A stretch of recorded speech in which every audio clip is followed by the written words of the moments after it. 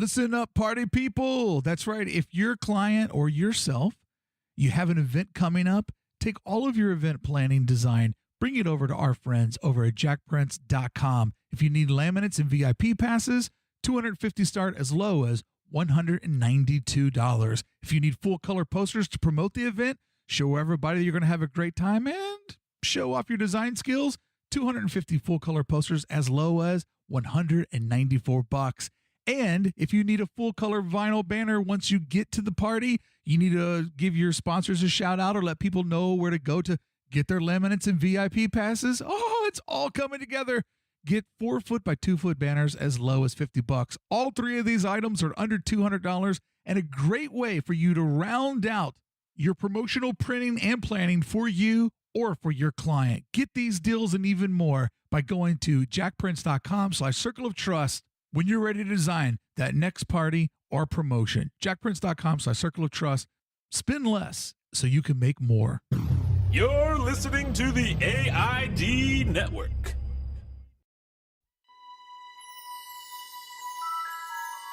This is the story of a beautiful place known as the happiest place on earth, and all of its history, its secrets, and its tricks that you may find if your mind believes in design and you allow your heart to believe in magic. Step inside and become a citizen of Disneyland. Hello, fellow citizens of Disneyland. Well, let me make it clear. In my heart, I'm a citizen of Disneyland, but I still haven't gotten the button after only 220 visits to the magical place known as Disneyland. Cast member still hasn't given me the button. My name is Mark Brickey. I'm the host of the Adventures in Design Network. I am a lover of Disneyland, a newfound lover of the park, and I was lucky enough at one point in my career to be able to do some illustration work for the Wonderground Gallery, where I met my co-host, Jerrod Marayuma. You may know Jerrod Marayuma because his work is at Wonderground Gallery. It's in Disneyland, it's in Disney World, and it's in the parks in Asia and Europe. Jerrod's been able to create the hipster Mickey that folks love so much and migrate from that to just the kingdom of cute. Give him something from Disneyland that we all love, and my bud Jerrod will find a way to make it even cuter. Our podcast is different than some of the other Disney-focused podcasts. It's through the perspective of the design of the park, to what I would say is maybe the most perfectly designed thing on planet Earth. Listen along as we go through the parks, looking at all the details that make Disneyland feel so magical and so special to us all. In episode 1, we're going to take a deep dive at the heart of the park, Main Street, USA. So sit back and let's go back to the turn of the century and explore possibly the most perfect part of all of Disneyland.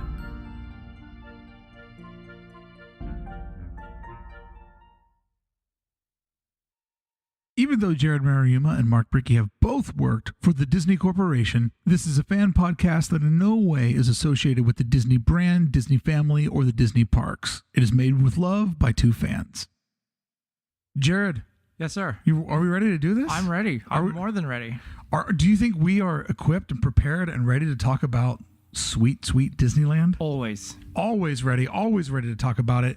Jerrod, you've had a big year looking back on 2018. Thank you. And not only working with Wonderground Gallery, which is where Jerrod and I met, both being artists that were showing there a couple of Decembers ago, but you've gone from working at the gallery to having items pop up in the park. Yes. You're on the other side of the train, my friend, which is just completely, I mean, getting to work for Disney is such a career high, I know, for both of us. Yeah.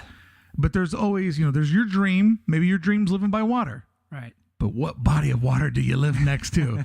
And so being inside of the train, being inside the walls of 1313, it's got to feel so amazing, like the dream just keeps getting better. Well, I think every boy dreams of having balloons in Disneyland. No, nobody does. But it's one of those things where when it happens, it's amazing how it's sort of this emotional gut punch right then and there that you see this thing. You see not only a vendor carrying all these balloons, but people walking around with them. And it's just something you're kind of not prepared for. And right. Yeah, it surprised me how sort of emotional it was to see that. Well, with the balloon, it's like on one hand, it's the most disposable piece of trash that gets sold to guests. Exactly. But every parent's like, are you sure you don't want a toy instead? But the balloon captures the innocence of a child. A kid's not worried about tomorrow. A kid's not worried about the drive home. A kid's not worried about where the balloon lives. A kid just sees the magic of the balloon and the Mickey-shaped balloon and then the balloon inside of the balloon. How did they figure out that technology? Yep. NASA's still trying to figure it out. Like, we're going to get a man to Mars before we figure out how to put that balloon inside of the balloon. But you now have a character design balloon where there's the outer shell, right? The outer balloon. Yeah. The one that we're allowed to touch, not the core of the magic, has a repetitive pattern of characters that you've done on it. Right. So originally it was characters that I had designed for Shanghai Disneyland, and that's where the balloon first appeared, which was exciting in itself to see that. And I never thought it would make its way domestically or to our park. So, but doesn't something in Shanghai feel like, yeah, I know that it exists, but technically, I also know that the North Pole's a thing. I've never really seen it, but I know like Santa Claus hangs out there, 364 days out of the year. But now the balloons come home to California, which is wild. Right. Well, just Disneyland specifically. So even if it was just in Florida, I would still feel a little incomplete. Right. Not having that here in Disneyland. So, which you've kind of set up a great topic of. I know that we both enjoy Disney as a company that makes really quality entertainment, but I think that we have in common our real obsession when we look at the company is Disneyland, the park, the Anaheim California original, the only one that Walt ever actually went to. That's where my obsession with the company comes from, 100%. And when me and my wife moved out here 6 years ago in March, the cost of living of Southern California is enormous compared to the rest of the country. So we're coming from upstate New York. We moved out here and going to Disneyland and realizing the magic of its design and that it's so much more than, the annoyed dad who's like bottles of water are $5. Like, if that's the way you're looking at it, you're missing the magic, my friend. Right. And really studying the history and how everything there has a significance or a meaning to it, or it's a sleight of hand to make something else happen. So my first couple of years of living here, when life would get too heavy, when life would get too stressed out, I would end a very long day of working for myself. I'd go to bed and I'd pull up Mice Chat and read one of their Disneyland updates. Shout out to Dusty. Or I would go, if it wasn't a Monday, and that's also when Dateline Disneyland was a weekly article that I would just, like, that would come up in my RSS feed. I'm like, hold on to it until you need it. Like, that was a special moment. But when those weren't around, I would go over to Wikipedia. Yeah. And, you go to Main Street. That's your topic. And then they'll mention, the Opera House. So then you go over and read the Wikipedia entry about the Opera House. But then that'll take you over to the World's Fair in 64. So the spider web of knowledge that was Disneyland, it was just my bedtime story. It was something that I cared about, something I was passionate about. It exercised that creative part of my brain, but it did the most important thing. It took me away from my own fears, my own insecurities, my own daily struggles. And in a way, I think that's why so many people love going to the park, because for one day, the family hopefully doesn't argue. Mom and dad aren't stressed out. Like, it brings people together. Yeah. And when we're in there, we're someplace special. I think that's the best. That's the best you can hope for with a Disneyland guest, though, because I think if you do go specifically because I have to ride this thing or I have to experience this one thing, it can be a little frustrating. So I think the best fans are the ones that go like that because of the environment, that whether you get on Space Mountain or not, it's an amazing day nonetheless. I did want to ask you, though, because you didn't grow up going to this park, you don't really have childhood memories of it. Was it an instant thing when you moved here and you went for the first time that this was the impact it had, or did it grow quickly? So I went to World as a kid Yeah. with my mom, and that's a whole other subject matter.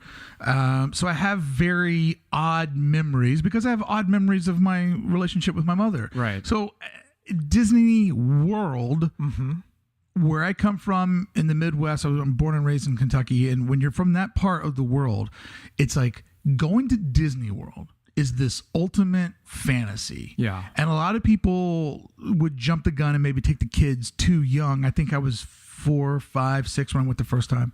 So old enough to have memories of it, but I could never really piece together what the adventure was.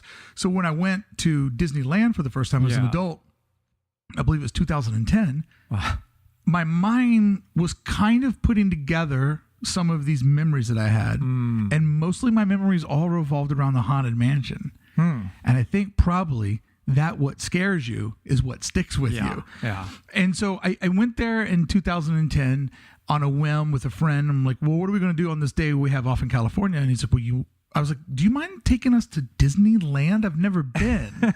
And so when I walked in, it just like hour by hour, I started to realize as an adult that the magic was real, that this was an experience that was above and beyond any other consumer experience I've had, any other entertainment experience I had.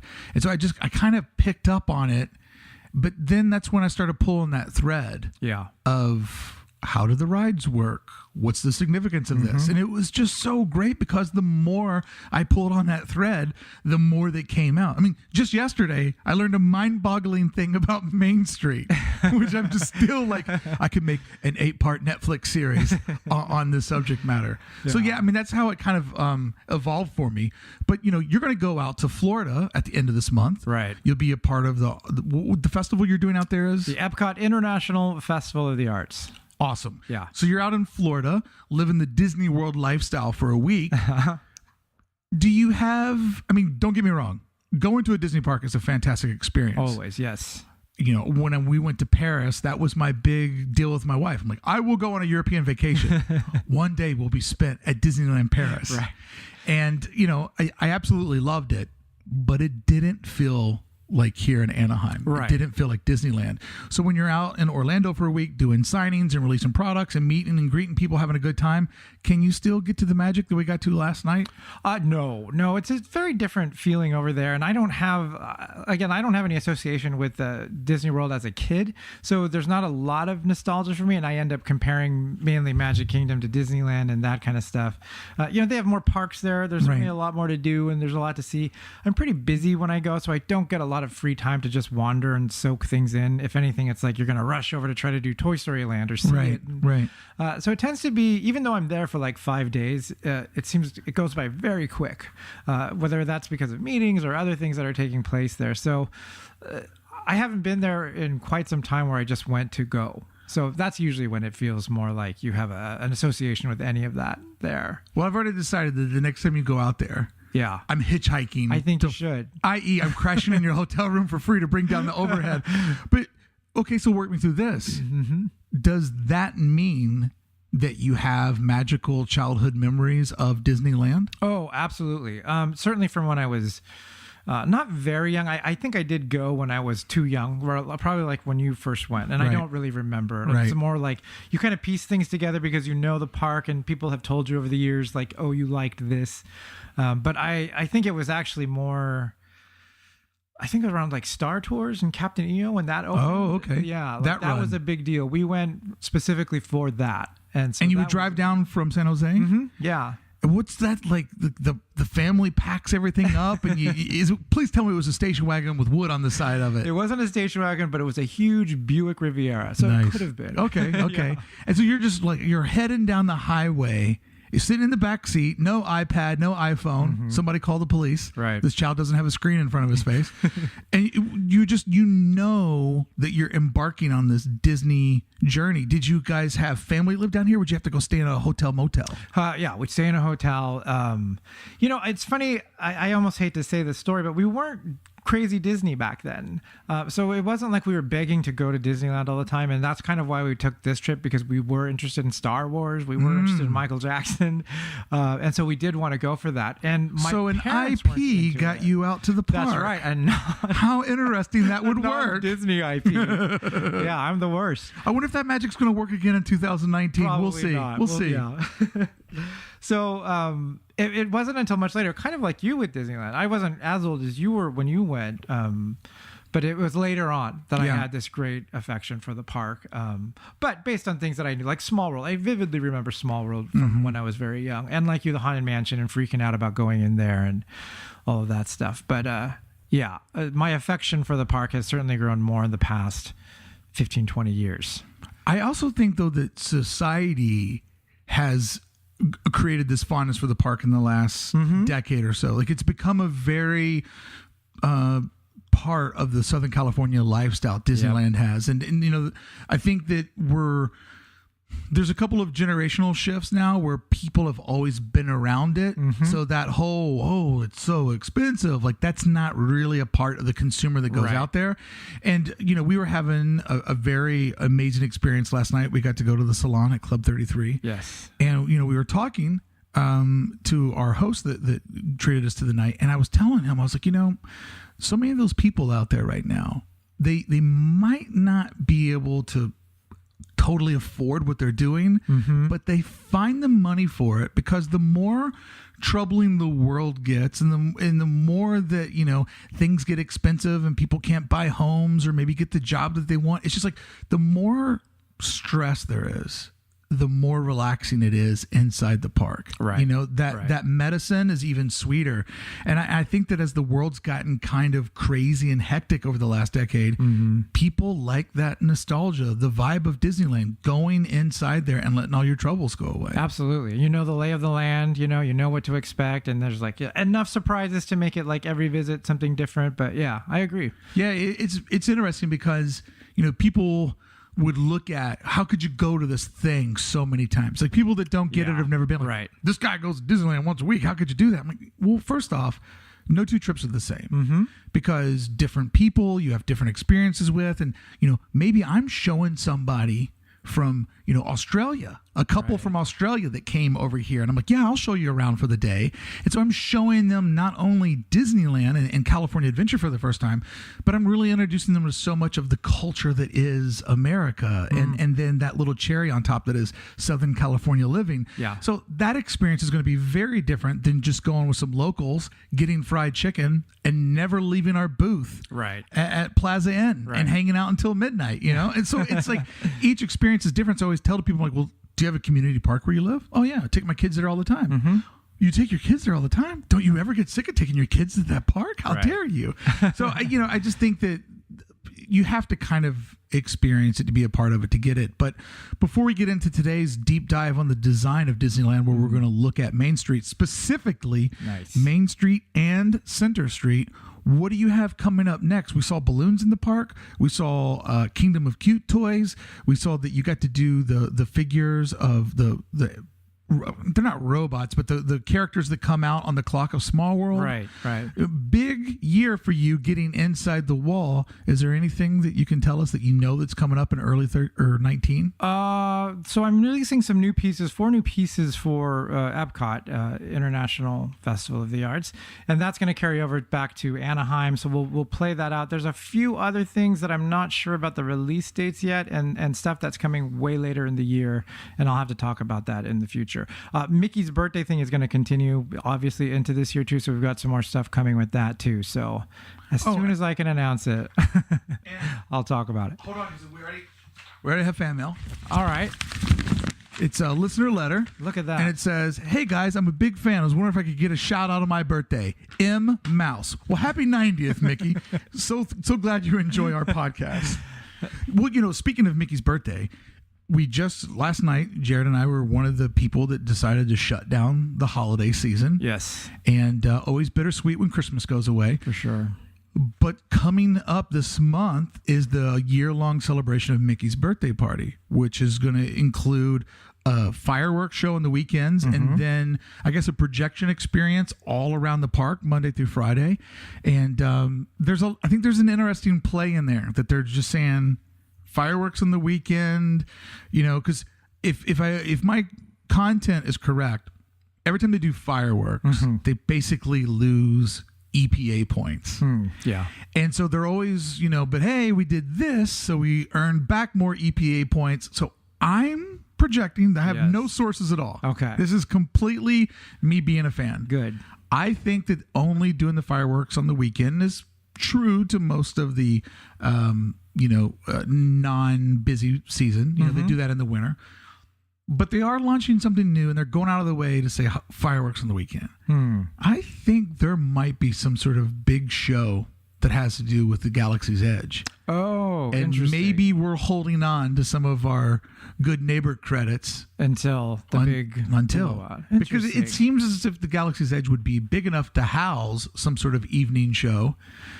And when they made California Adventure, the real big investment on that was the plaza to do World of Color. Right. So the evening show, who knows? So are you saying, Mr. Brickey, that the fireworks would be sort of launched around specifically Galaxy's Edge? Like it would be a different location than what we're currently seeing, or it would just be themed to Star Wars? Or maybe there might be a Star Wars specific nighttime event. In that section in the Galaxy's Edge, right. Because what it has going for it is on a backside. It is right next to Toontown, which is where the fireworks go off. Right. And, it's going to be state of the art. It has all of those mountains everywhere. I mean, maybe they tell us a Star Wars story at night.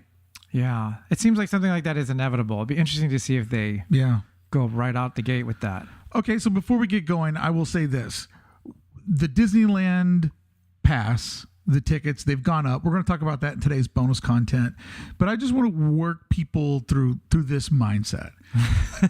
I fell in love with Disneyland when I was on a life high of moving to California and everything was new. Right. But I also fell in love with Disneyland in a moment of like, oh my gosh, I just made my life costs go up 600%.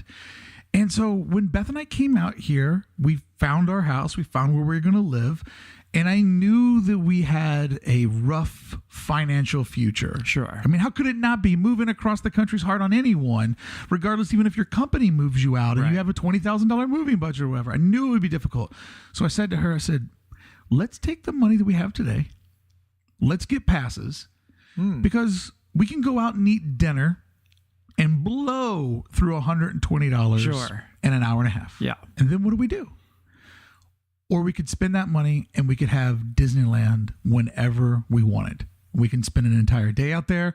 We could buy something to eat out there, or we could just go out there and do a nighttime lap. But when we're out there, we'll be in the magic. We'll be, experiencing all that inspiration, falling in love with all that, and we'll just kind of get away, recharge our emotional batteries, and be ready to fight hard the next day. One of the best financial decisions I ever made in my life. Now, your wife is not as into it as you are. A few people are. Thank you. What was her thought then on getting passes? Did she think like, oh, I don't know? No. I'm not going to say that she got sick of the park. Right. But I fell more in love and she fell in like. And, she enjoys it. She likes the magic of it. She really enjoys it. And, that first year when it's like, well, date night at Disneyland, let's do it. Let's go. It just really kind of gave us something to do. And it was also that newness of this is something we can have that is supposed to be this save up for it for 3 years. Yeah. Load up the kids, give the dog extra food, have grandma come over and let them out twice a day. We're going to Disneyland. Right. And the fact that that's, you and I could be there in 30 minutes from now, it just was the real exercising. This is what we bought into, but moving to California. That's great. So my question I didn't ask earlier, which I should have, was, did you have a preconceived notion before going to Disneyland? Did you think it's no big deal, like really a blank slate? Or did you think, let's check it out? I kind of always, I remember seeing Viewmaster slides and things when I was a kid, of what it looked like. And I've always been drawn to environmental design. Right. If there's a carnival, if there's an amusement park, I'm the first guy that wants to go and see how it's built. Like I just, there's something I love about entertainment design in a live space. I'm not a big roller coaster guy. Right. I'm not a big rides guy. Like, when people say, I can't wait for this to happen for Galaxy's Edge. I want to go on the Millennium Falcon, or I want to see the First Republic. I'm like, I just want to walk through it. Yeah. I just want to walk through it. I want to experience it like a park in my neighborhood. I want to sit on a bench. I want to watch people get frustrated for how long the lines are. So to me, I knew it was going to be something special, but I didn't know that this park was going to be so nostalgic and so vintage, and have that old charm to it. So what do you say we just stop talking about what we're going to talk about and let's take a walk down Main Street, USA? Let's do it. Hey friends, this very special episode of Disneyland for Designers on the AID Network is brought to you by my friends over at Skillshare, Skillshare.com, who is offering my listeners 2 months free by going to Skillshare.com/adventures. In case you don't know, Skillshare is an online learning community for creators with more than 25,000 classes in design, business, and so much more. You'll discover countless ways to fuel your curiosity, creativity, and build your career. I'm a member. I enjoy taking classes. I do it right here at my desk every day. When I take my lunch, I just put on a Skillshare class and I learn a little bit more while I eat a little bit more. And here's what I'm going to watch today. If Walt Disney was your business coach, magic of ideation from Disney's perspective. Done. That's what I'm doing today. Join millions of students that have already learning on Skillshare today with a special offer just for my listeners. It's 2 months of Skillshare for absolutely free. Go to Skillshare.com/adventures to take advantage of 2 months of Skillshare for free. That's Skillshare.com/adventures. Thank you so much, Skillshare, for supporting today's episode on the AID Network. Now, if you'll excuse me, I'm going to Skillshare.com and I'm going to let Walt Disney be my business coach. Just saying it already has me pumped up.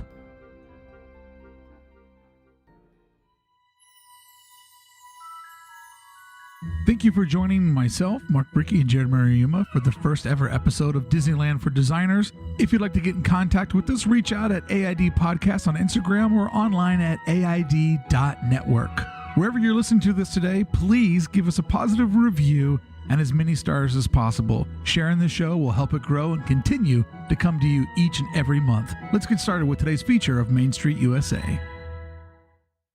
When you look at Disneyland, I think that the heart of the park, I know that it's obviously Sleeping Beauty's castle. Right. But to get to that moment, to get to anywhere really, you got to go down Main Street, USA. And I think that it's one of those things that could often get overlooked because you're a Space Mountain person. Right. Or you love Pirates of the Caribbean, or you love, the holiday version of the Haunted Mansion. But to me, the Main Street, USA, it is such an important part of the park that I often think could easily get overlooked because it's shops and it's, restaurants. It's just them trying to get your money. I'm like, because they do the gift shop, right? Yeah, but it's so much more than that. It is. One of the things that we'll be doing on our show is making sure that we always look at the context in when things are built. Because one of the beautiful things about Disneyland is it is a living, breathing piece of art, but it's also a historic thing that we have here in America that I can't see it ever going away. And you have to always look at the context of things. So in 1955, when Main Street, USA was built, you have to just keep this in mind. This was before everyone was jumping on airplanes. There wasn't a such thing as Southwest Airlines. Right. You couldn't put on a sweatsuit and get on a plane and be across the country in 3.5 hours. It just didn't work that way. And these buildings, this Victorian style of architecture, it doesn't exist here in Southern California. Right. Now, to the guy who just goes, oh, no, have you seen the corner over on Orange, Main? No, I know that they're sprinkled about. Sure. But that concentrated and that they look like they just finished painting them this morning. Yep. And they look like that every morning. Yeah. So to see that many of them together, that's the style of architecture you see on the other side of the country when it was all being built. But by the time California got going, California was on to a different vibe. So imagine it's 1955. You've never been on an airplane. You've grown up in Arizona or California. That's the part of the country you walk down that street, and not only is that the style of the buildings, but you have the gas lamps, you have the old school tobacco Indian, you have the clock, you have the horse tie-ups. Like, it is meticulously from the 1900s, the turn of the old century. And as you go in there, like we did last night on our research, it's still very much decorated from that time period. Up above all the merchandise, there's a real treat to look at. Absolutely. No, I think it's to me it's like the opening theme song to a show, like a TV show. Like it's cleansing the palate, it's getting you ready for this other world. And to me that's like that is the single most emotional part of the day for me, no matter what, every single time. Yeah. Whether it's that music that you hear or it's the smells of the whatever. It's my favorite part of the day. So yeah, you can't run past that. That music loop that plays through there. The holiday loop is fantastic. Right. It's such a nice, subtle Christmas without ever getting, too churchy or too Christmassy or too specific. Like, it just somehow, like always, it just nails like the ambiance of the holidays, regardless of your belief. You just feel the holiday season. But the one that they play the other 10 months of the year, it just has such a casual stroll to it. Like, some older music, it sounds too like it's the roaring 20s and we're out here shaking our hands. It's just so subtle. And a friend of mine, he and his wife, they live over in England, huge Disney fans. One of the songs in that loop is called Will You Marry Me? And that was the song that his wife walked down the aisle to. Oh. And if I were to play it for you right now, you would absolutely know it just has such a good rolling hook to it. Now, how come though? Is that an old song for them, or they just? I mean, it's not a Disneyland association for them, is it? Or no, it is. It's we love Disney, and that's the name of the song, and we love Main Street, and that's something they experienced together as a couple in their dating years. So it was most people at the wedding in Italy probably had no idea what that piece was. But there were probably a couple other people like, oh, this is a very sly Disney shout out. Right. But really, when we look at the past of Main Street USA, and this will get us into, thinking about the design significance of it, is the idea to make Disneyland feel not like it's an amusement park, but like it's its own city. That is the importance of Main Street, that immediately once you go through the tunnels and you come around, you see the beloved town square, future episode, you get on Main Street USA, you're looking down at the castle. Right. It makes it feel like it's the most perfect little city that you've ever been to. It is. And I would love to know the experience of a 10-year-old in 2019 and how they view architecture that's now 120 years old. Yeah. It's so out of their world. What is, like, I would love to be able to have a cast sample of kids and be like, explain to me Main Street USA. Yeah. What kind of buildings are these? What do they mean to you? Like, I'd love to hear their language explain it back to us, because it was already, an antique in 55. Exactly. And now we're 70 years past that. Right. So how is that consumed by today's young consumer? Oh, that's interesting. Yeah, I never thought of it that way, because it's old timey, but I don't even think they would have even for us, it's old timey, but we might have movies or something that we associate that look with. Do they have that anymore? I don't know. I don't know. I would love to know what their vibe on it is, and the way that it's, every building is so perfectly has its color scheme. Yeah. That matches with the next one. And, they do an amazing thing where not only do each of the buildings have, a beautiful base color, and then all the accoutrements are different colors, but the brickwork, the fact that they go through and the brickwork might be 3 different shades of like a carnation pink. Right. And it creates this subtle pattern. And as an artist, random is the hardest thing ever to design. So if we were just like a crew of 10 guys laying brick, whatever brick you give me, it's going in the wall. But trying to paint one of those walls and make it look random. Yeah. My hat off to that, to that cast member.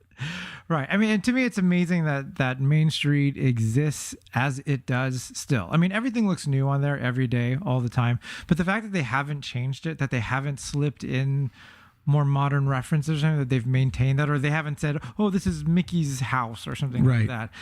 Phenomenal. And that they can keep that theme and that sort of transition, because while it is like a city, it's not like it leads to other areas of the city.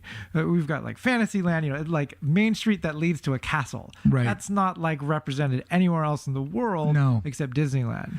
But I think the hardcore part of it is from the train station to, the two end restaurants. Right. Holly Jolly and Carnation, or the Plaza Inn. Mm-hmm. You'll learn on this show that I'm very bad at coming up with names off the top of my head. But the way that those two sort of flank the end of it into, what's now known as the hub, the partner statue, that whole run through there, that's just enough almost to make you feel like the castle is in a very nice designed park. Right. Exactly. And I have this theory where in both Disney's printed artwork and in the park, there's always 3 layers of storytelling around you. So the 3 layers of Main Street would be, if you're standing on the street, you're probably looking around a bush or a tree, or you're looking around one of the gas lamps. Right. So that's the first layer. There's always something you're trying to get around. If you've ever tried to take a photo there's always something in the way. And that's completely purposeful, intentional. Right. Because they want you to go around that tree. Go around that object that's in your way. You've now just taken 5 more steps on your Disney adventure. So there's always that first level, which is the thing you kind of got to look around. And then the object of your desire might be Sleeping Beauty's castle. Right. But then the final layer is that behind that, there's more trees. There's a mountain or two. Yeah. And so at all moments, you're like looking around, you're seeing the thing that you love, but there's always the promise that it goes on forever. Right. So when we look at Galaxy's Edge eventually, they had to put that rock ravine of space tree trunks and mountains back there, because that's what tells us there's not 2 parking garages on the other side of that in Harbor Boulevard or Disney Way. On the other side of that is just more space. Yeah. And, the real magic of Disneyland is that we're in the middle of a major metropolitan city. We're not out in the swamp in Florida. Right. Although both are built in Orange County, which is pretty wild. Right. So you're inside this place in a major metropolitan area. There's, 7-lane highways on the back side of us on one side, Harbor Boulevard on the other, Disney Way, and then California Adventure. That's what boxes us in, but you never see it. Right. And so that 3 levels of storytelling is really, really important. And so I love that about it. And one last part of the why of Main Street USA, which this is going to break all of our minds right now in 2019. But when they opened it up, they needed to make money. Sure. Because Disney is a real corporation. Disney Film can't just give money to the park. Those are 2 different businesses. Right. They just can't pass the money back and forth.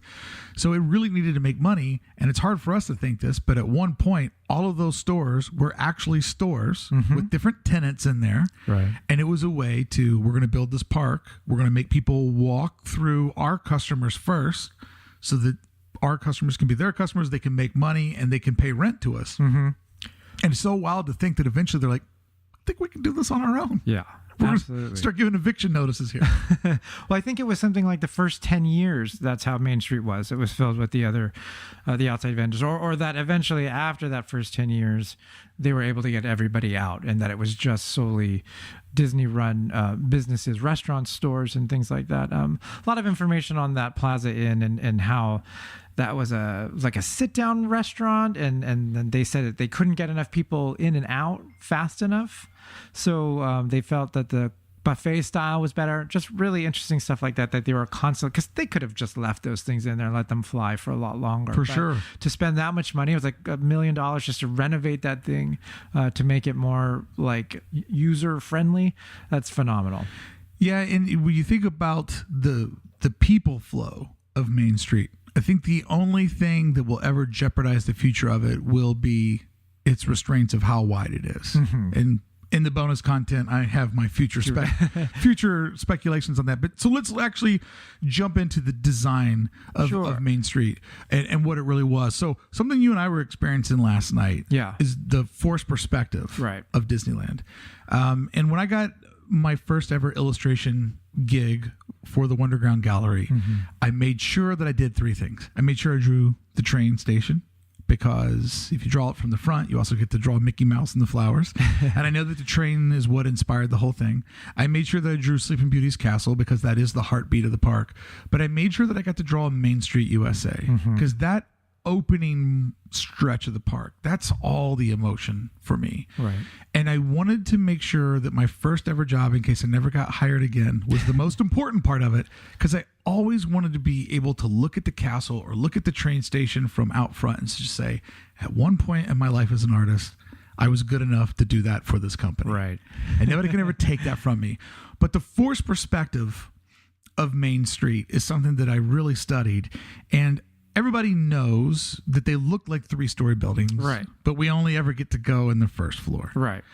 But and so the first floor is maybe an overextended in its height. Then we borrow a little bit on the second floor, and the third floor is much smaller. So it looks like 3 stories, but it's probably maybe a little bit more than a 2-story building, right? But the real magic of the forced perspective is that when you're standing in Town Square, as we were looking last night, the buildings are much taller, and they're divided. The levels of the buildings is much more pronounced, and the way their signs are hanging out is way more pronounced, and all the horizontal sight lines of their lights is more aggressive. But as you get down towards the end, where Refreshment Corner is, right, the buildings simplify. They get a little bit not as wide. They get a little bit more narrower. The facades get a little bit more simplified, and there's a couple of masterfully planted trees up in the park up there. And so if you stand next time you go to the park, especially if the sun's out, this works even better. Right. But if you stand where the Christmas tree would be, or the Mickey pumpkin, and you look at the castle, think about how far away that looks. Yeah. We've all walked it 1,000 times. This is phenomenal, because this was something you showed me last night, and it had never occurred to me. And I don't know if it's just, it's all sort of subconscious as it's supposed to be, but I was blown away to see that, to see you standing from that side and then reversing that view. Yes. And seeing how short Main Street looks. So if we stand where Mickey and Walt are, right, at the birth of Main Street, and we look towards the train station, it feels like we could get there in 10 steps. Right. It makes it feel like small town America. Exactly. So what is your theory on that? Because we've all heard, I think, a lot of these phrases mentioned with the forced perspective and things like that. But what do you think is there, other than making these buildings look bigger than they are? What do you think, like what we're talking about, where you're looking down towards the castle? Why would that be important? Well, because I think that it's the promise of the adventure that you're going to get, right? So you've parked, you've come from San Jose, like you've been on this epic journey. Right. You go through the gate, and purposefully you can't see it right away. Right. You're in the town square. You're really kind of forced to live in this small town community, Yeah. the thoroughfare. If you watch any cowboy or Western films, this is where all the business happens here. And that's where they put the bank, the art gallery used to be a Bank of America, and the old opera house, and towns, the city hall, and the fire department. So it's really the industry of small town Disneyland. So then when we come around where the Christmas tree or the pumpkin goes, that's when you see off in the distance, this is going to be a different day. Yeah. This is going to be a different kind of journey. And really what it is it's setting up that castle is the heartbeat of the park. Right. And if you do it during the daytime, if you're a designer, you know that everything in planet Earth, as it goes off to the distance, it becomes more blue. The castle purposefully has blue hues in it. Even though it's painted pink now, right. It has sort of a, it's always partnered next to blue trim and lit. It's lit. Sure. Yeah. And so what that does to your eyes and the way that the trees are behind it is it makes that castle feel like it's going to be so long to get there, and it's going to be such a journey. And I really think that if you just walk, it's human nature. Like if you walked in, and let's just pretend that the tunnel was underneath the train. Right. So if you just came right in and you saw it all at once, that's one magic trick that's been lost. And if the castle just sat at the edge of the park and the buildings were all a regular height and the road wasn't graded uphill just a little bit, you'd be like, that's it? Yeah. That's what I paid my money for? And really, Florida people probably laugh at how small our castle is. Right. But I would always say this. If you lived in California, you'd be stoked to own Sleeping Beauty. And you'd be like, yeah, my brother lives out in Florida. He's got a mansion of a house, but he lives, you know what I mean? Like California real estate. Yeah, exactly. I mean, do you think Sleeping Beauty was on a budget too? But really, I think that is set up to mentally get you like, this is going to be a journey. It does physically make a very small park seem instantly bigger than it is. 100%. Yeah. And I think that's amazing. I mean, I think that's the magic of that whole park too. Like we talked about this before, but just that, like you were saying, how when you're standing on Main Street or sort of on the side there, that just over this, like one row of trees, not a forest, but just one row of trees, and there's Jungle Cruise. Yes. And you'd have no idea that that's there. There's nothing that hints that that's there. It just looks like trees growing by the building. So 100%. Yeah. I always tell people this, when I'm giving people a tour and explaining how the park is designed, because I don't know every bit of the history, but I'm a student of the design. When you're standing in at the base of Main Street, think about how far away that Jungle Cruise feels. Yeah. Because you got to go all the way up to the hub. You got to hook a left. You got to get into Adventureland. You got to go through a queue. Skipper holds your elbow in a weird way when you get onto a boat. That appropriate touch. Slightly, yeah. And then you go on this journey, but you're 30 feet away from that Jungle Cruise. Yeah. 30 feet away from it. And it feels emotionally like it's on... It feels like it's in the Nile. Like it feels like it's that far away. And here's a Jungle Cruise fun fact for you. Okay. There's two islands in there that you go around. Mm-hmm. One island is Manhattan, and the other island is Catalina. Each island named after an island on the West Coast and an island on the East Coast. Oh, I didn't know that. Yeah, it's pretty interesting. So when you're there, and it's that straightaway, and you see the castle, it's once again... The magic of it is that all those lines are just telling your little brain, move forward. Yeah. Move into the light. And it really is the best people mover ever. Right. Because when you go into Disneyland, there's not an option. Well, we want to go to the left. We went to the left last time, but Larry likes to go to the right. We'll go to the center. It's like, hey, you just keep going. Yeah. And it really just keeps that flow of tens of thousands of people just cruising on down the way. Right. And, so that just the idea of we're going to make this main artery, everybody's going to have to go the same way. And then when they get to the end, they can make their decisions. They can decide. And we'll get 10,000 people to go here and 10,000 people to go here and 10,000 go that way. And so just the actual design of human beings and how they think, like you're literally being herded like sheep when you walk down that road. Right. But you don't mind. Right. The music's great. Smells are awesome. The sights are fantastic. So you just cruise. I was noticing too last night while we were looking at this, and this goes along with what you were saying about sort of directing people in. Please move on to the hub. But the stores themselves don't sort of scream at you. Like they don't tell you like, this is the t-shirt store and this is where you get this, or, there's not things jutting out to sort of stop you on your way. And so how do you think that works for them? Like, what do you think the psychology is behind that? Like, don't stop on the shops on your way in. You'll have plenty of time to do that when the park stays open for an additional hour. Oh, for our shopping convenience? Right. Like, sweet prince. Like even the ice cream shop, there's even some sort of fake fronts that sort of advertise shops that really don't exist beyond there and stuff. Right. So is it just the power that they know that people on the way out will stop at these shops? Well, I think it's a couple of things. I think that they know that they have a captive audience. Once you're in there, you're in there. Right.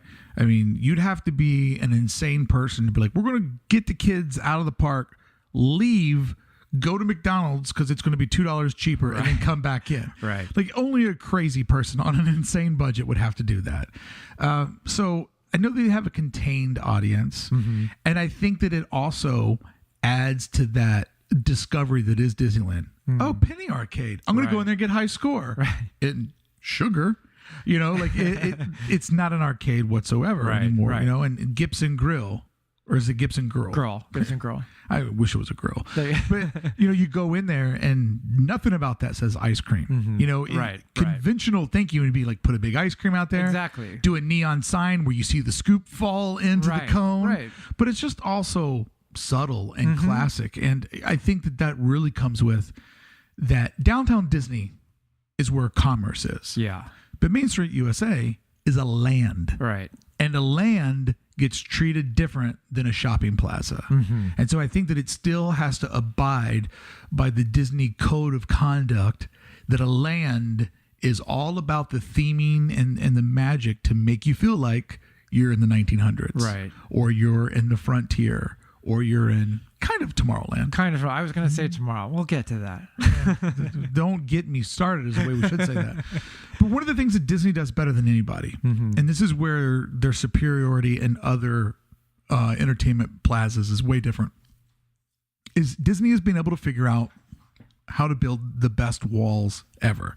Yeah. And I know we're in a moment where walls is a thing to talk about, but Disney uses a lot of things as a wall or as a barrier to basically snake you through the plot of land that they have. Right. Because one idea would think that Disneyland could be this almost a maze where you come into it and there's a couple of options right out of the gate. You go this way and you go that way. But the design of it is really very smart to get everybody into the dead center and then let them go off into these different pockets. That's how you make the most out of it and keep people the furthest away from each other. So when we look at things like Radiator Springs or the Galaxy's Edge or Grizzly Peak, these things are great attractions.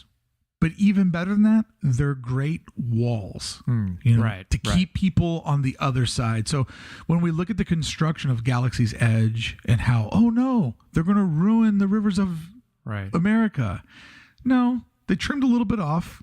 They gave it a much needed update. They put in waterfalls and bridges and rock work. Looks great. And that's a really great practice of that. Now is a wall that keeps us in the rivers of America, and on the other side of that valley is the Galaxy's Edge. Right. And so when we think about Main Street USA, on the left side or the west side, it's a wall, so we don't see how close the Jungle Cruise is. And on the right, it's a wall, so we don't see a much needed backstage area.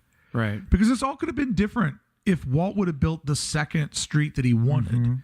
And once they opened, they realized, put in an international street on the backside of America would be a bad idea. And as much as I would like that to be there for more decor and things to look at, I think that it would lose a lot of its charm if there was that secondary street to go down. Right. So, but there was talk also of the Edison Square too. Is that to be off of Main Street as well? And that would still sort of, I don't know, I don't know enough about that. I probably shouldn't have brought it up, but was that supposed to be a different time, like a further back time, or just like work in thematically this concept into what's there already? They had a lot of different ideas on that parcel of land and how to keep that theming going. And I think that was kind of, as a designer, before you start a project, you have these ideas of things that you think you're going to need. Right. And I think once they got going, they realized, retail's not going to be the heart of this. Yeah. And also think about this. If those streets in Edison Square, and I've also heard of an idea of like a Liberty Square, like if all that stuff gets built, where does the parade go? Right. We would never have this magical warehouse space. Yeah. Because if you're a hardcore fan, you know that the first parade, that always starts at Tomorrowland. But the second one magically starts in front of the Opera House. Right. Because it's all sitting there.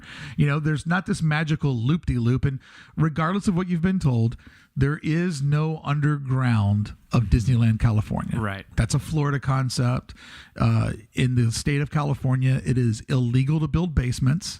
They didn't have the hindsight to build the whole thing on a stage. Right. So I can assure you there's not a secret tunnel system that's not there. Anybody who tells you that is either thinking of Florida or just telling you something for the fun of telling you. Ask them a lot of other questions. You'll be interested in what you find. But no, I think that, if you really want to break down the brilliance of Main Street USA, it's one of the fanciest walls you've ever seen. And this wall generates a ton of money, right? And it keeps you in the pocket. And, that'll be something that we talk about a lot on this show is the boxing in, the boxing in of the guest, so that when you're on stage, you can only see what they want you to see. Right. And, we were talking about this last night. it's mind-numbing, once again, how close you are to the physical Space Mountain when you're on Main Street. Right. Like exactly. it sits behind it's right it, basically. There, yeah. And once again, because of going up to the hub, going past those beautiful French fry rocks, avoiding a lot of things, Right. space trash, and then you take that right hook, you feel like, whoa, we've just walked really, really far. You've basically done a way out of your way Yes. U-turn. Right, exactly. I think a lot of this stuff came sort of clear to me too when California Adventure first opened. Now, did you see that park before the big remodel? When I saw it in 2010, Okay. the construction walls were up. They were, okay. So I saw, the Golden Gate Bridge that you walked underneath, that postcard theme that some genius came up with. Right. But Easy. but there was but there was just construction walls everywhere. Yeah. And so then the next time I would come back, Carthay Circle would be there. Oh, okay. So I only have this one weird memory of like coming in and hitting a construction wall. And in all fairness, when you've never been there before, Yeah. I thought it was great. Yeah. I thought it was great. And I also have a memory of when we were thinking about moving out here, looking over the construction walls and somebody being like, that's going to be Cars Land. Oh, It's right. like, that movie I haven't seen yet? Oh, that's interesting. And it kind of looked like mountains. But I mean, at this point in my life, I could not imagine that park without that beautiful theming on, was it Buena Vista Street? Buena Vista Street, right. I couldn't imagine it without that theming. And for sure, nobody can think of California Adventure without Cars Land. Right, exactly. But to look at those two parks in conjunction with each other, and that if you had seen it before, to not have that, what Main Street does so well, and to walk into that, into sort of a central plaza without knowing, because it's not set up as like a hub based as Disneyland is. And so there is sort of this confusion. And maybe it's because you just don't know the story yet of this park. And so while it is discrete sections, nothing was intuitive about it. And so it's interesting to see that they did fall right back onto sort of an updated Main Street to sort of fix that entrance to the park. Yeah. And even to this day, I love California Adventure. I mean, I absolutely adore it. I am not a hater whatsoever. Right. But it's not as a superior design as its big brother or big sister. And it is confusing. Like because the hub isn't as central and as pronounced, there is a bit of chaos in front of the Starbucks Christmas tree, Carthay Circle. I mean, there's a lot of, and you rarely ever bump into anybody when you're in the central hub of Disneyland. But that area through there's a lot of decision to be making. There's a lot of different ways to get to where you want to go. Yes. And, I might suggest it would be nice if they would just take, the storefronts there on your left. Right. And maybe just cut out that, like I feel like if they cut that out, maybe remove that fountain and just took all of that space and kind of started over for like a very central type design, it could get people where they need to go. Now somebody's like, dude, we just put all that in, we're not ripping it out. Yeah, exactly. But it still has a very confusing kind of rhythm to it, which only shows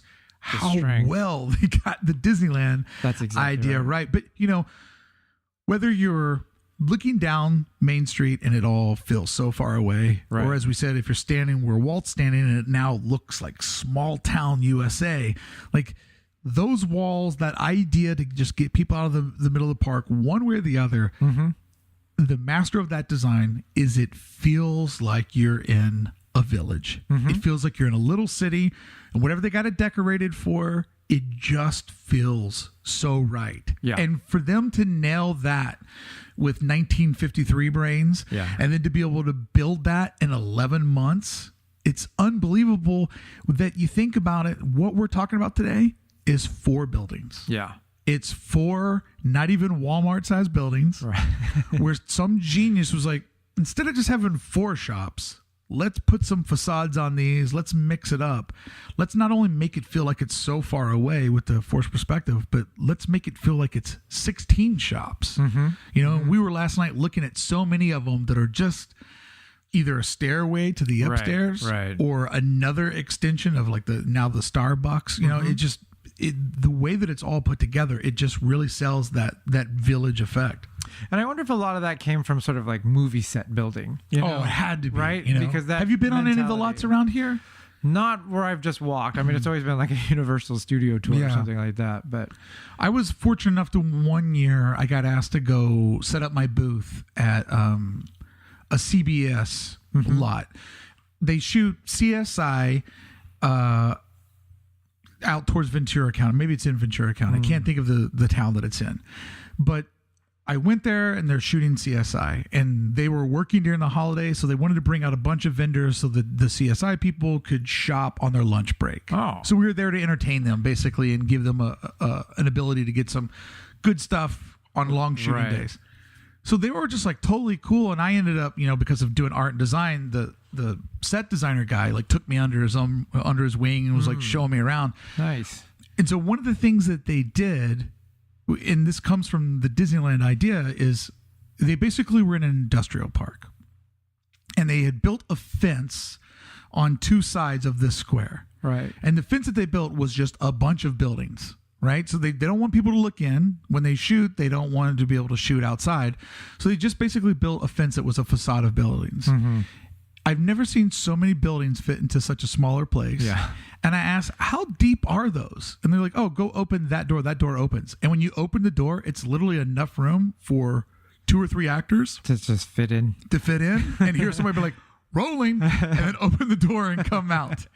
And, so it's got to be that Hollywood idea of pack as much in a little space.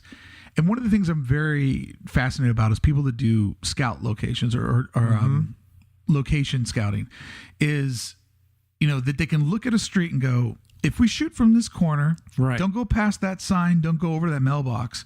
That looks like everything that we need. Right. And even when they shoot in your neighborhood, you're like, God, How did they get? Yeah. I've never seen 4th Street look so big before, so they do such a good job. So I think that building, the way that they put that all together, that's gotta be Movie magic. that right? movie magic for sure. So they have 4 buildings there, and a fun fact is that all of those facades were built over in the Opera House.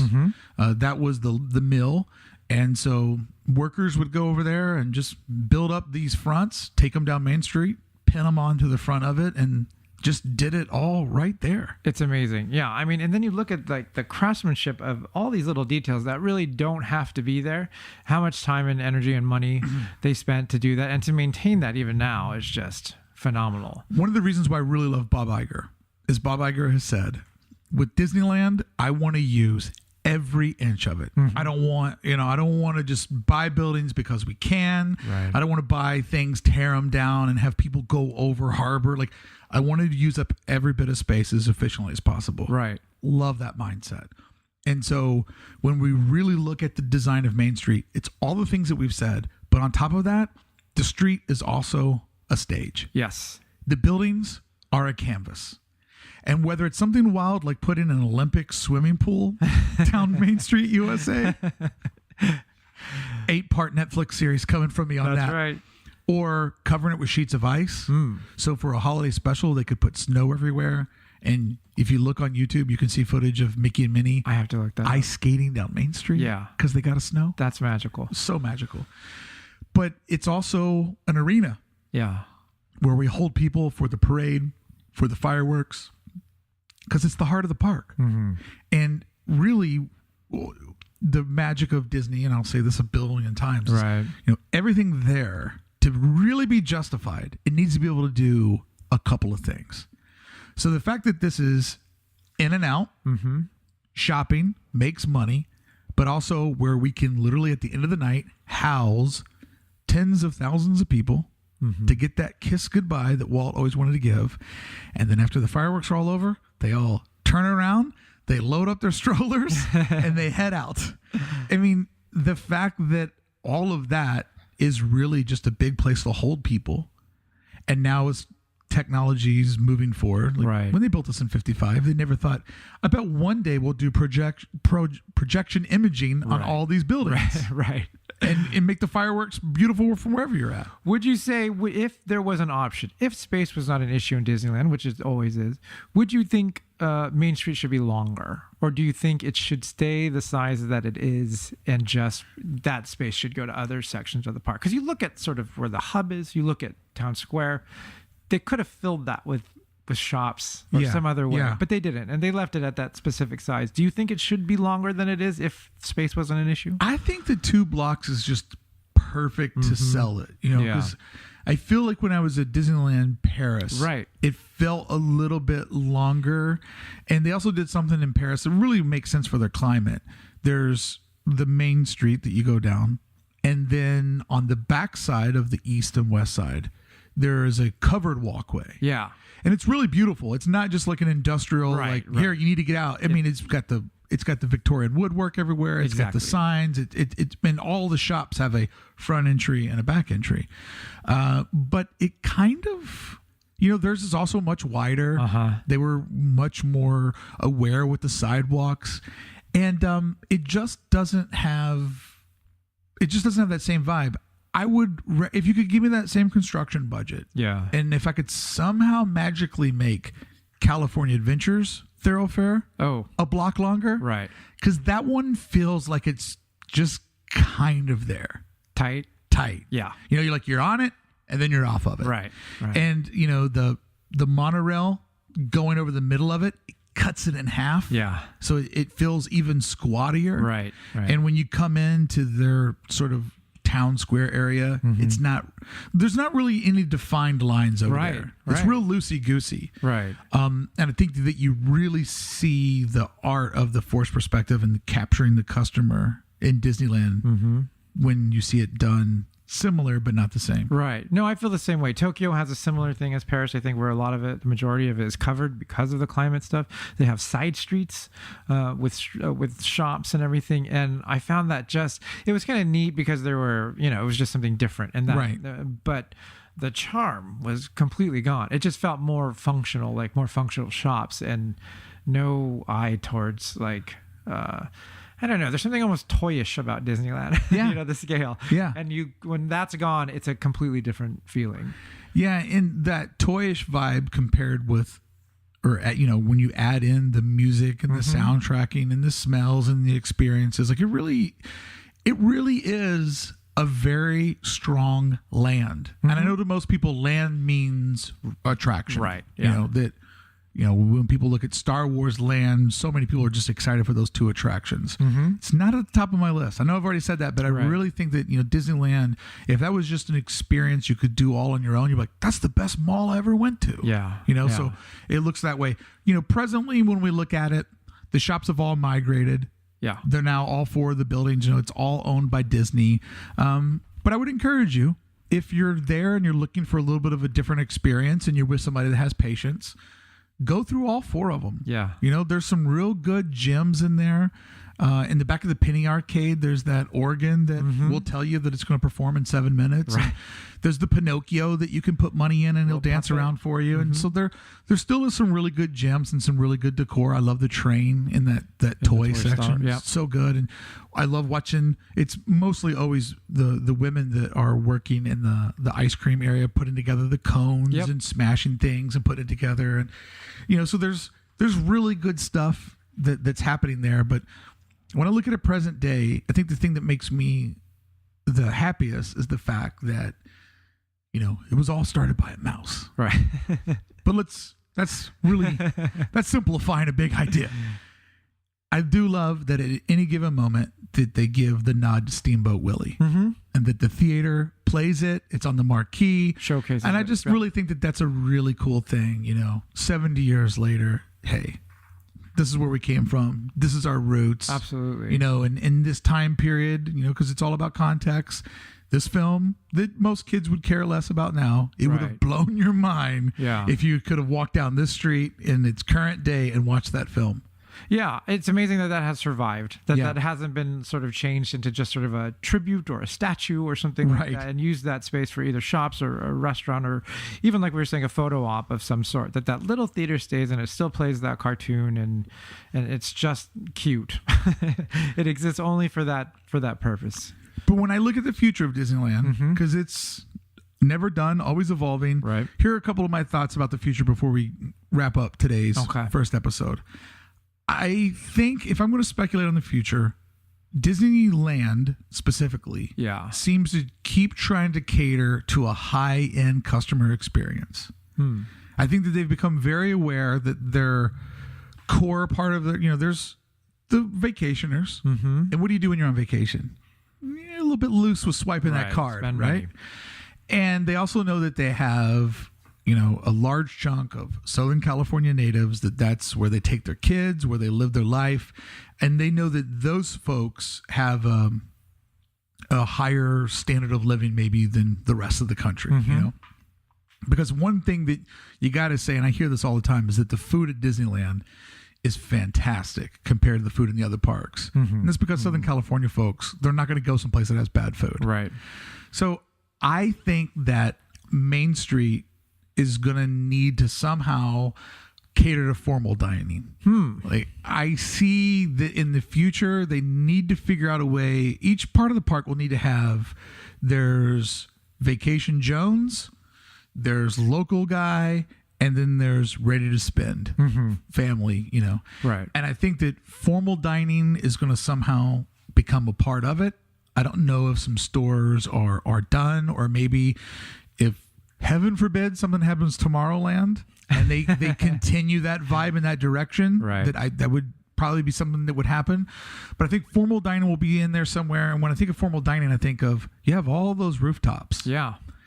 I mean, would it be so impossible to create an entryway to one of those rooftops that could be either, you book a booth for a couple $100 per booth, or you can rent it out as a party space. Right.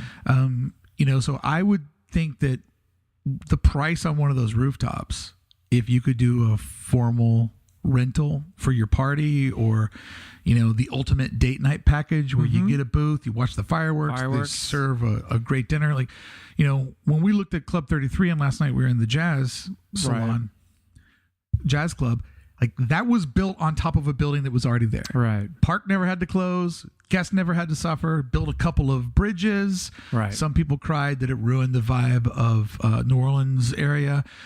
Those people haven't got to eat in the club. But I believe that, and this, whenever I give my future cast on the park, I believe I will always try to tell you something that I think is possible, that's feasible, and that there's a desire or a need for. And I think that, Club 33 is nice. There's the two different levels of that.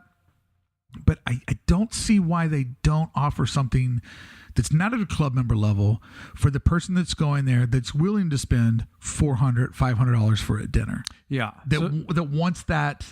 I want to give my significant other, I want to give my family the best treatment I can, but I'm not going to become an annual member to something that costs me tens of thousands of dollars to do that. So are you thinking like a Blue Bayou kind of situation where it's like a 100% themed to the land, like it's a fancier version of that land, and a little, not exclusive in that you have to have a membership like you said, but just that it might cost a little more than a fast food thing. Give it a Mary Poppins theme. Right. Put the waiters and the waitresses in that sort of attire and, put it up there. And, there's a way to do it far. I believe, if I'm thinking about it correctly, there's a way to be far enough back so that people aren't on Main Street going, throw me a bread roll. Right. Or, like there's not some rich shaming you. So I think you could, and not people on top of the building be like, get out of here, you garbage humans. Yeah. So I feel like that there's a way where you could be on the rooftop and not ruin it for anybody else. Right. But have one unbelievable fireworks show. Yeah, absolutely. And just a view of the park, Because the thing that bummed me out most about the hotel not getting built at the head of downtown Disney was they were going to build a restaurant, rooftop restaurant, a premier dining experience, premier fireworks experience. And so I just really think that, if Main Street's to evolve, they keep, trying to make decisions to engage that higher customer. And I think, there's that place that we saw in Orleans Square where it's $12,000 or $10,000 for 12 people to have dinner. Right. There's a middle ground in there. There's something better than Blue Bayou. Right. but not at the Club 33 level, you know, and I think that that's a pocket that they would love to fill. And, you know, to have a beautiful fireworks experience and to be up high like that, I mean, people wouldn't do it all the time, but people would splurge for $700 as a once in a lifetime type opportunity. Where do you have any thoughts on where that would be? Like which building would be the... Instinctively, I feel like I want it to be on the west side so that you could look over and see the jungle and see the boats going through and kind of get that 2 levels of storytelling. To do it on the east side, it would really just depend on what becomes of the east. Right. You know, and you're right. I'm a really big fan of taking the Main Street vibe. I'm a big fan of losing Tomorrowland and just letting Fantasyland and Main Street USA meet somewhere in the middle. You know, I would really love to see them do some Disney theming over there. So that's one of my predictions for the future. And also, sadly, I have to say that I believe that the music shop, the magic shop, and the theater are all on borrowed time. Just after we said how charming the theater is, you've closed it down. I mean, they're so antiquated. They don't have the draw. And I mean, I know that if we were to look at Disneyland, there's other patches that probably need to be plugged first. But I can't imagine that magic shop being there in 2030. What if we take Mr. Lincoln out of the Opry House, shove him in that Steamboat Willie thing? Now you got a whole building over there that you could do something with. Yeah, I mean, I think that that's another attraction that's on borrowed time too, you know. But do you think it should be just more shops where that is? Or do you think that's where a restaurant or something else should take the place of that little row of the magic shop? And I mean, I think that Main Street USA should always be like a consumer-focused area. Right. And those are all 3 like right together. Yeah. So I mean, it would be a real shame to take out that history, because like the magic shop still appears to have original flooring, original fixtures. Right. The whole thing is completely outdated. Oh yeah. I mean, yeah. Just the concept of it, but the 3 of those together, if that just got ripped out and it was like a micro world of Disney, that would bring a tear to my eye. But if they can replace the essence of the park with more essence of the park, I think it could be cool. I mean, or maybe a Mickey shop, and you can keep that Steamboat Willie playing in the Mickey shop or something like that. Or, I mean, or build it around a theater theme, something like that. I would love to see them, though, in the consumer space to do shops that are more themed and less catch-all. You know, I prefer the shops on the east side of Main Street more so because they are themed. You know, even though I don't buy crystals, I do like going in there and be like, well, it looks like a little crystal shop. Yeah. Whereas when you get on the western side, you don't know where one's beginning and one's ending. And, you know, there's so many different categories within the shop. So I do think that that's all on borrowed time. And I also believe that at some point in the future, we're going to probably be looking at more formal walkways. I don't know if they'll do a formal walkway on the west side that it got you right on the Jungle Cruise. Oh, the back alley kind of way? Yeah. Okay. But I do believe that on the east side, that gate that they magically open up sometimes, that's going to probably end up being something that needs to be open all the time.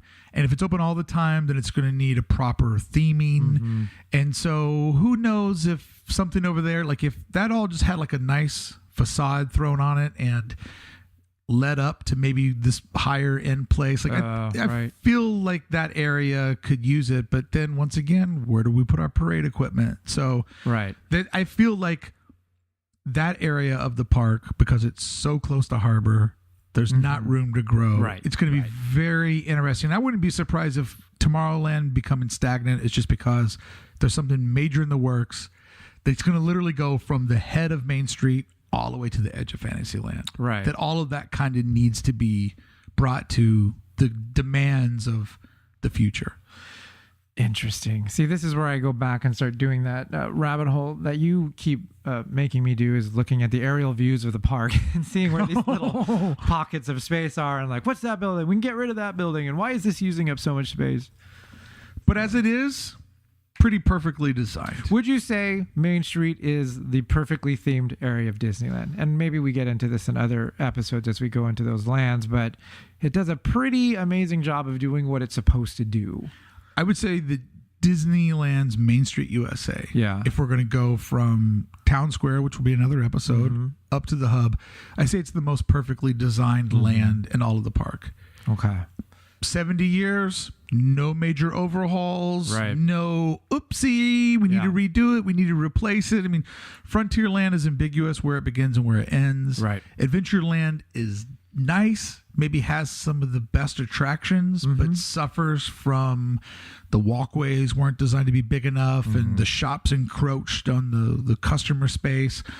Critter Country is Right. a great postcard. Fantasyland is absolutely beautiful Yes. and is a close runner up for second place. Right. But it does have its sort of industrial flaws. And Toontown could use a bucket of paint and a little bit of love, but I'm a real believer in it. It's coming back. Yeah. Yeah. And, you know, the putting in a Mickey attraction in there and, you know, I don't know how much longer Roger Rabbit has. I don't know. It seems very out of touch, you know, with today's consumer. I mean, I went to the park for a couple of years before I even knew it was there. Did you ride it? Did you do the attraction? Yeah, I've rode it. I've done everything in the park but the teacups. Yeah. You know? And those canoes. I'm not going to go to Disneyland at work. What are you, crazy? What are you, crazy? I go there to get away from working. But no, I would have to say that Main Street USA, as for the 70-year review, seems like it's the most perfect thing that they built. We can challenge that as we move through the different areas of the park, but I think you're right. Yeah, and just that staying power. The ideas never become outdated. And it really goes to show that if you build everything based off of like a classic, it's built to last. Right.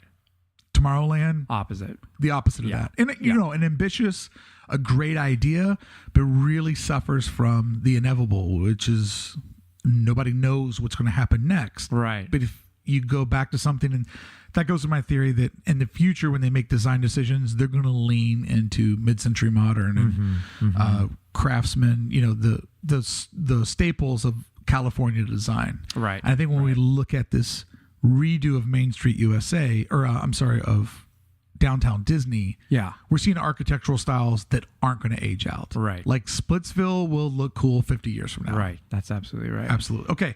What do you say we get into our bonus content today? Absolutely. And thank everybody for hanging out and going down Main Street and looking at the design of it. And I would love to challenge you the next time you go there, if you do anything, just stand where the Christmas tree is and go, that looks pretty far away. And then walk to the edge before the grade goes up to where Walt and Mickey are and look back and go, that looks really close. Yes. I was blown away. That's a magic trick to show your friends. And if you enjoyed that, coming up in part 2, I'm going to give you some fun facts about Main Street. I'm going to give you my hacks on how to get the best parade and nighttime show experience. We got the Mickey show dropping later this month, so that'll come in handy for you. And also, Jerrod and I are going to look at the ticket prices. And we have an opinion that may shock you. But hey, thank you so much for going to Disneyland with us. I hope you had a good time. If you're a local, we hope to see you out in the park. And if you live far away, hopefully we brought you there with us for a little bit of time. Thank you so much for listening to the first ever episode of Disneyland for Designers. I hope that you learned a lot about the design and the history and the magical way that the park is put together. If you'd like to hear the bonus content, please go over to my website, aid.network. That's the Adventures in Design.network, where I've been able to bring almost 900 episodes out to my listeners each day, talking to someone who found a way to turn their daydream into their day job, going down the adventure of whenever you want to build something that you believe in. It takes a lot of hard work, and it takes your friends to help you get across that finish line, other people to help you believe in your dream and to know that you're worthy of whatever it is that you want to accomplish. So to all the guests and all my friends on the show, each workday we get one step closer to realizing how we can build our own castle and our very own kingdom. I hope you enjoyed Disneyland for Designers, and I hope you'll consider telling a friend about all the fun that we had and leave the show a positive review and share it where possible. The more people we can invite over and help the show grow, the better chance it is that it'll be here for you each and every month to explore a different part of Disneyland and the design, tips, and tricks of how the Imagineers put it all together for you and I to have the most magical experience possible. If you want to hear part 2, visit aid.network. But if not, we'll see you back here next month when Jerrod and I get into another part of our favorite place on planet Earth, Disneyland. Thank you so much for listening. Thank you for joining us. Have a very magical day. And I hope we see you soon at 1313 Disneyland Drive.